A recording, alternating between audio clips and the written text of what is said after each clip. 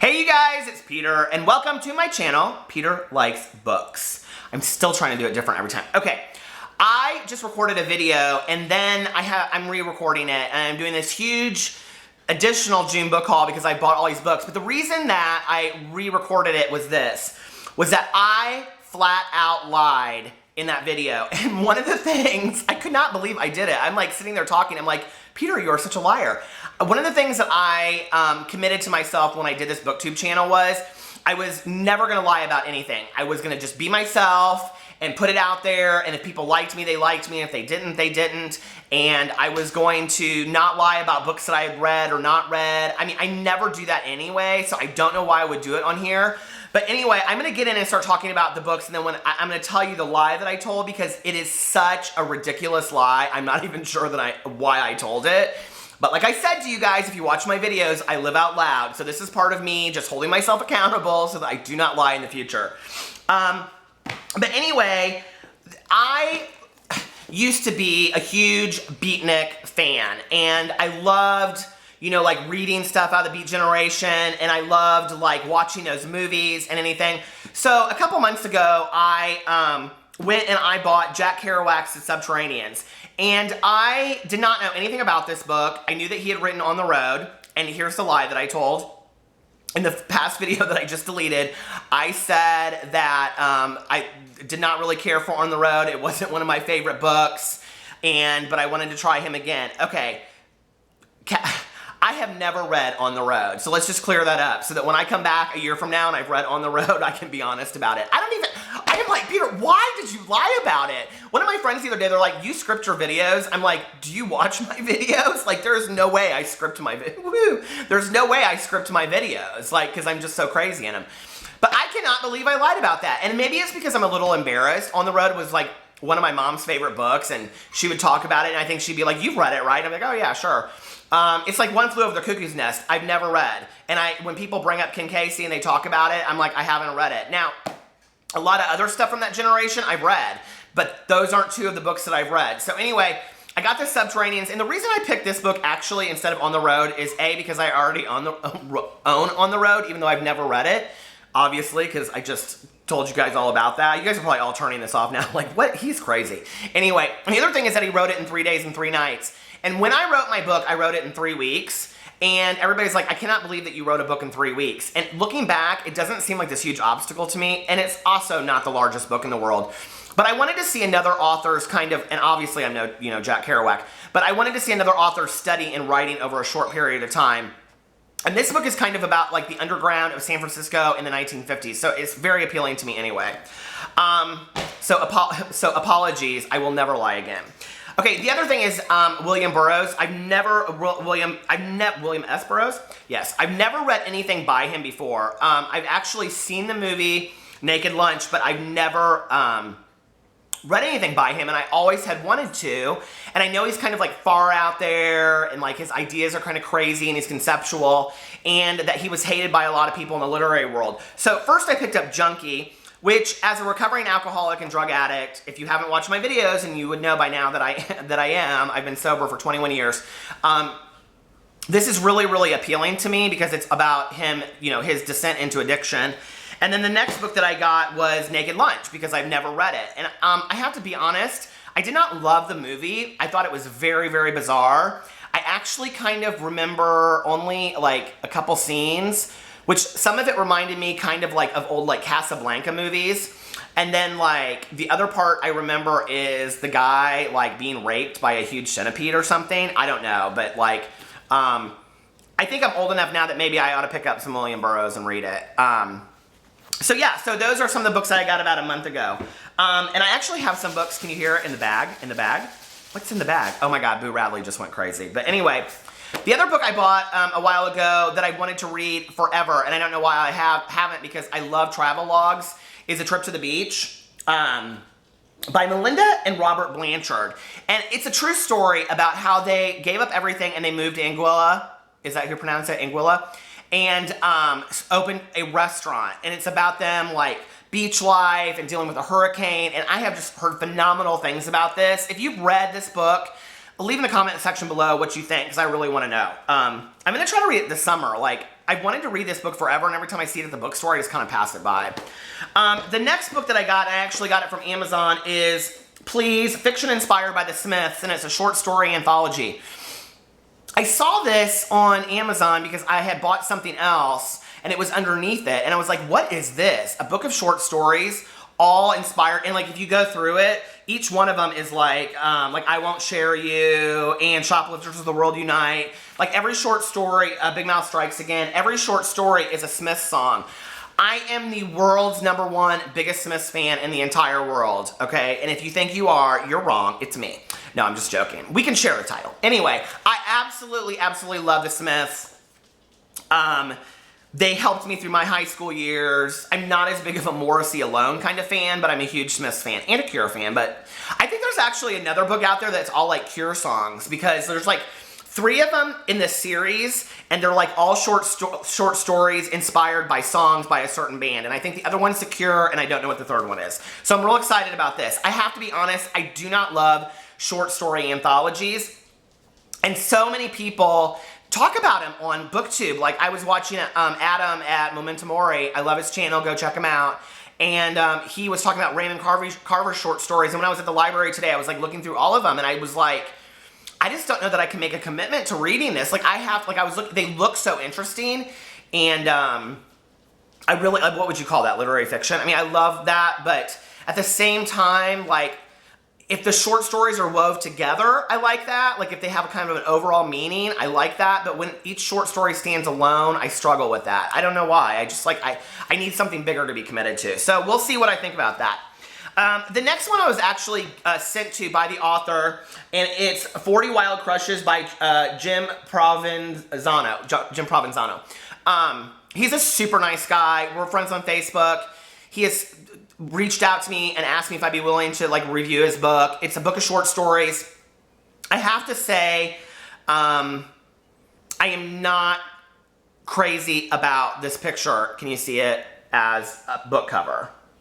I think that, okay, so there's an artist named Zachary Crane. If you do not know him, he is on Instagram. I love all of his stuff. He does like all of these hilarious pop culture references. He's super cute, by the way. But, and he always has like blue hair, pink hair, something like that. And he lives in West Hollywood, and his art is incredible. This kind of reminds me of that. Like, I know this is gonna sound strange, but like I would own this as a painting, but on the cover of a book, I don't know, like as soon as I picked it up and it came out of the envelope, I was kind of like, I'm not sure what I think about this. Like, it kind of seems a little, I don't know, I'm not a big like erotica fan. So then I read the back of it, and it's like, teenage lust in summer theater, cheating boyfriends on the Tonight Show, and an escapee from a pumpkin farm. These are just a few of the characters and short stories from Lambda Literary Award, big deal, winner Jim Provenzano. The 5-time novelist shares new and previously published works and excerpts from forthcoming novels. Varying from a terse account of an anti-gay assault to a post-9/11 moment of resolution, Provenzano shares a diverse array of contemporary experiences in rural Ohio, New York City, at funerals and wrestling matches, Manhattan cathedrals, and Paris museums. So I started reading it. When I read the first book, it is totally nothing that I thought it would be like. It is absolutely beautifully written. I was so just taken by it and it's short stories, and like I just said, I don't love them, but it's incredible. So this video is so long already. The next book I got was The Forgotten Girls by Sarah Bladell. I don't know. I got it at Meyer. I wanted to read a mystery thriller. I haven't in a while. My friend just told me, she's like, you have to read The Sisters. You have to read The Sisters. Come over here and get it. Have you guys heard of this book, The Sisters? She's been talking to me about it for 2 days. But I got this book the other day. It's she's actually, I think, a Denmark #1 author over there.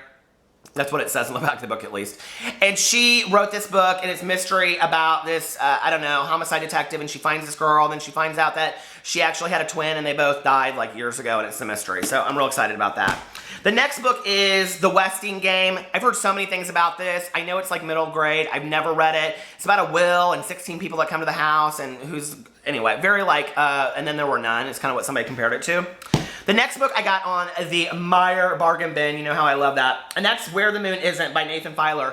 And it's actually about a kid and his brother, and they go into the woods one night, and only one of them comes back, and then 10 years later, it's his telling of what happened and how he thinks he can bring his brother back. Sounds super intriguing to me. If you've read this book, I love the cover. See, it's them running. If you've read this book, let me know. Okay, the next 2 books are books that I got at the library, and the first one is The Good Luck of Right Now by Matthew Quick. If you do not know Matthew Quick, he's the one that wrote Silver Linings Playbook. I've talked a lot about him on my channel. I absolutely love him. This is an adult fiction book.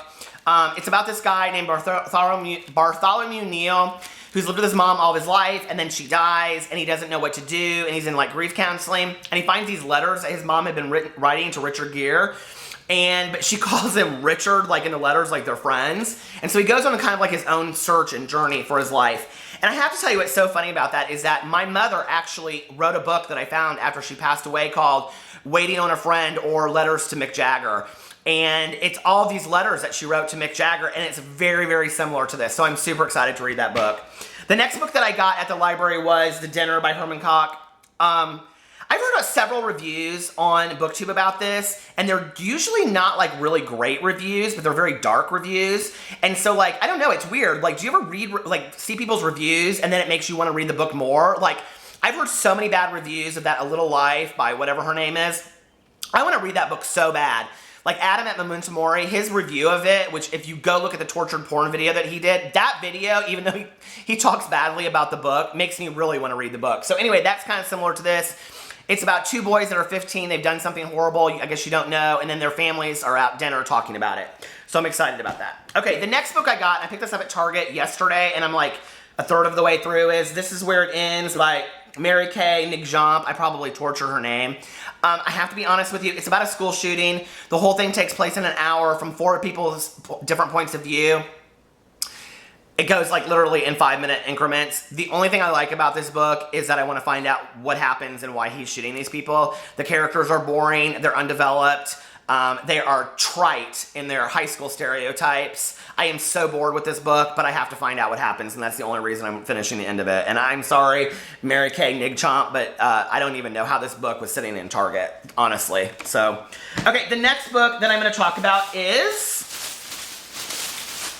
Harry Potter and the Chamber of Secrets. Now, if you've been watching my videos, you may be wondering why is the second book in my book haul. Well, you'll have to wait until my BookTube video on Sunday. I'm not even going to talk about that because you guys already know what that book is all about, don't you? Look at me looking in the monitor. That'd actually be a good way to do selfies. Anyway, okay. And then I went to Barnes & Noble today searching like crazy for this book that I've been wanting for a week now and couldn't find anywhere. And it is Summer Days and Summer Nights, 12 Love Stories, edited by Stephanie Perkins. I love the cover. I think it's gorgeous. Anyway, the inside is boring. But this is kind of like the counterpart to the Christmas book My True Love Gave to Me. I'm so excited about reading this book. I love My True Love Gave to Me. This book was $20. That kind of wore me out a little bit. And I couldn't find it anywhere. I was like, is this in the young adult section? Whatever. I had to ask him. The woman's like, I've never heard of that book before. I was like, well, it just came out last week by Stephanie Perkins. She's like, who? I go, Stephanie Perkins? She's like, I don't know who that is. I was like, she was so rude. Anyway, and then they had this guy come over and he was like, I'll help you. It's a young adult romance. I was like, oh, really? And then I was over there like so embarrassed. But because it was in young adult romance. I don't know why I was embarrassed. I could give a shit, honestly. I mean, young adult romance, young adult paranormal, adult romance, whatever. I don't care. A book's a book. If I want to read it, I'm going to read it. So anyway, I'm so excited about this. It's 12 stories that take place in the summer. The next book while I was there that I picked up was You Know Me Well by Nina LaCour and David Levithan. I don't even want to talk about this book. It's about a guy that has a crush on a guy and a girl that has a crush on a girl, and they don't really know each other outside the classroom. They go to do something, and then it's kind of like their story in the city for a night. I love David Levithan anything. I am so excited that I found another book of his that I'm excited to read because I don't know, the last one, you guys know, I was not super in love with Another Day. And then the last book on my book haul, and I just bent it, is More Happy Than Not by Adam Silvera. I've heard so many great things about him. He has a new book coming out. This one's already on the bestseller list. This book is about a guy who has a girlfriend, but his best friend, another love triangle. Can you imagine? Anyway, but he's kind of like falling for his best friend, or the best friend makes him see things he's never seen about himself before. Anyway, and that's by Adam Silvera, and I know he has a brand new book that's coming out. I don't know anything about it. All I know is that all those booktubers went and had dinner with him at BEA this year, and next year that's going to be me having dinner with him. I think he's seems super nice, and he's a cute guy, and I also follow him on Instagram, and he seems super fun. So I'm real excited about this book. I am just worn out by the cover. I think it's beautiful. I love anything colorful like this that catches my eye. I just think, you know, Honestly, that's why I bought this book. I thought that cover is cool. And then I got it home and I was like, within 2 pages, I was like, why did I buy this book? So anyway, what books have you guys bought? I am not buying another book in June. I swear on Mother's Milk, I am not buying another book in June. I have been worn out. My husband's like, you are never gonna read all those books. I was like, watch me. Anyway, I hope you guys are having a wonderful day. I'm gonna do another video tonight, and another video tomorrow, and another video the next day. I know I haven't made a video for 2 days. Did you guys miss me? Oh my God, oh my God. Okay, anyway, hope you guys are having a wonderful weekend. Bye.